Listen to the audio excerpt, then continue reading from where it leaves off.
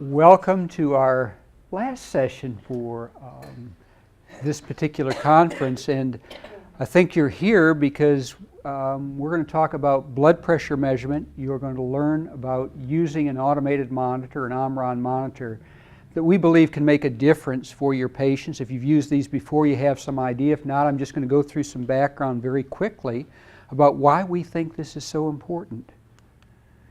So I don't need to tell you that blood pressure is a significant issue. About 70% of people that have their first heart attack have high blood pressure. 3/4 of those with what we call coronary heart disease, so that would be MI, angina, those kinds of issues. Over 3/4 of people that have a stroke have high blood pressure. It is the single most powerful population attributable risk for stroke outside of our age. Age is not modifiable, blood pressure is. So if something that we can do something about, blood pressure is the most important risk factor. Certainly others are. Probably contributed about 350,000 deaths. The Charleston Heart Study showed that high blood pressure, this is back in the 60s and 70s, high blood pressure was a major contributing factor to death in 40% of African Americans and 20% of Caucasians. So it is a big deal. Worldwide, it's one of the most powerful modifiable risk factors for cardiovascular disease and death worldwide. So it's a major issue. As you see, the number of hospitalizations, visits, and direct and indirect costs back in 2008. I think I shared with those that came to the session that the projected increase in cost, not the absolute cost, the projected increase in cost for cardiovascular disease in constant dollars between 2010 and 2030 is $640 billion increase. Over $1.1 trillion total cost projected cardiovascular disease costs in 2030.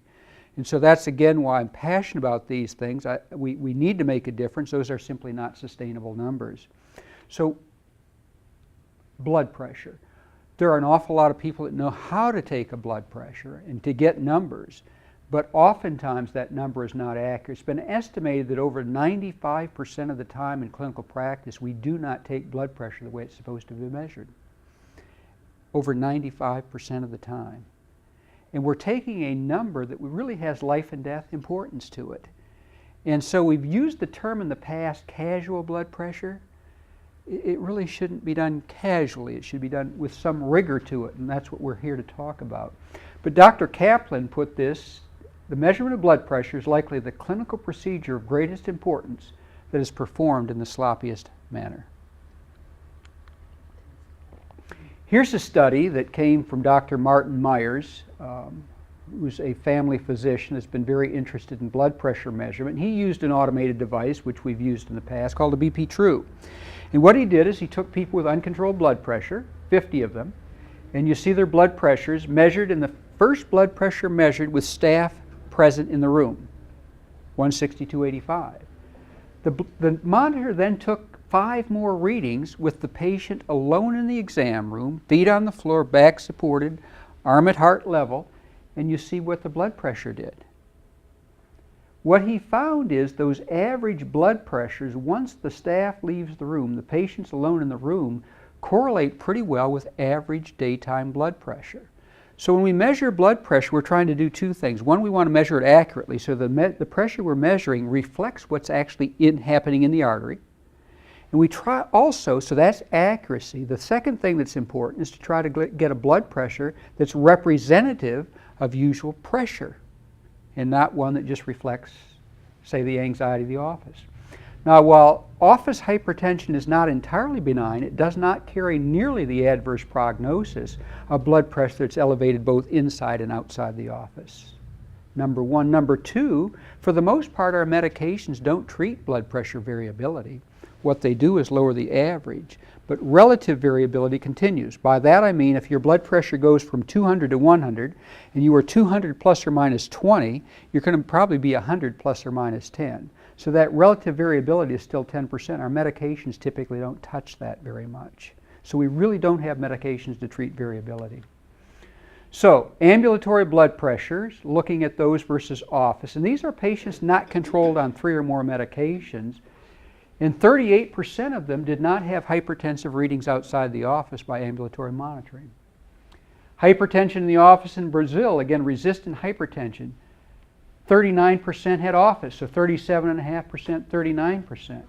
Now the Italians are probably a little bit more excitable people anyway, but 53% of them who were not controlled in the office actually had non-hypertensive readings outside the office.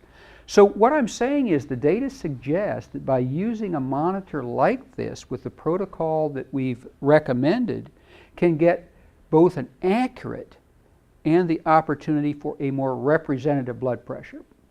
Now devices are not perfect. What we attempt to do is to get devices that get within 5 millimeters of a highly trained observer within 5, at least 80% of the time. I think this monitor is well over that in terms of if you had a highly trained observer measuring the blood pressure, this would have less than a 5 millimeter error over 80% of the time.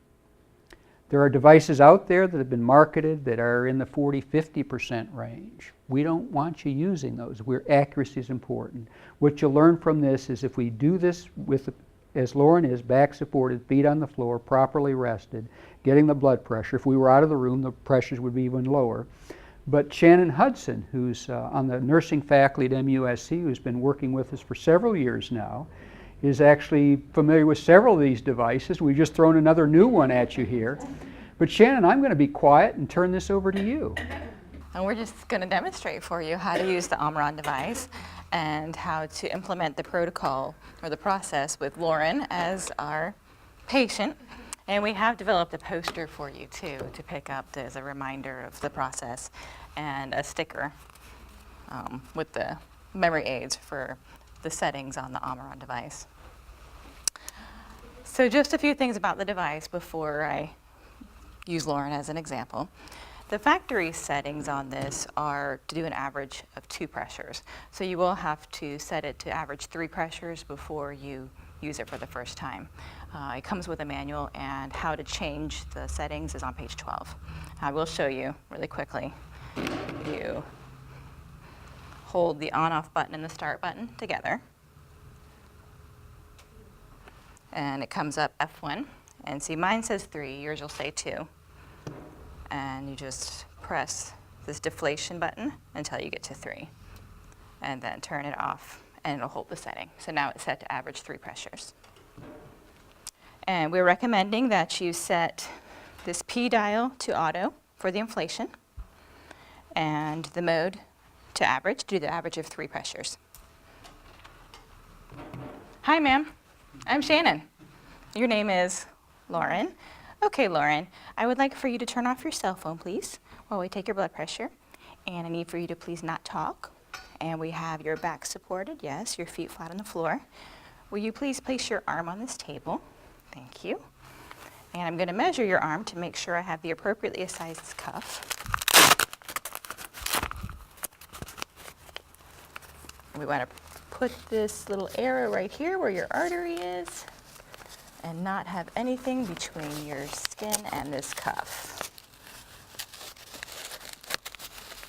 Okay, Lauren, what I'm going to do is start the blood pressure reading. It's going to take 1 reading with me standing right here, and then I'm going to leave the room.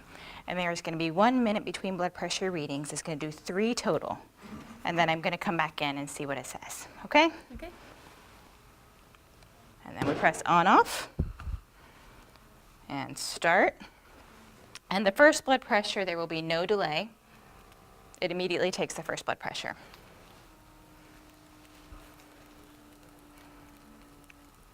You can change that if you want there to be a delay between the first pressure.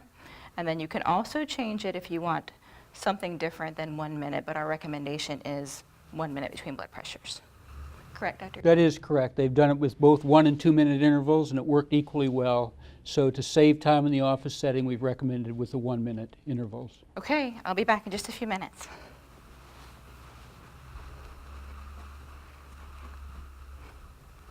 All right. And the device will display the average of the 3, the blood pressure and the pulse. If you want to see each of the 3 readings, you just press the deflation button. And this is the first blood pressure, the second, and the third. Thank you, Lauren.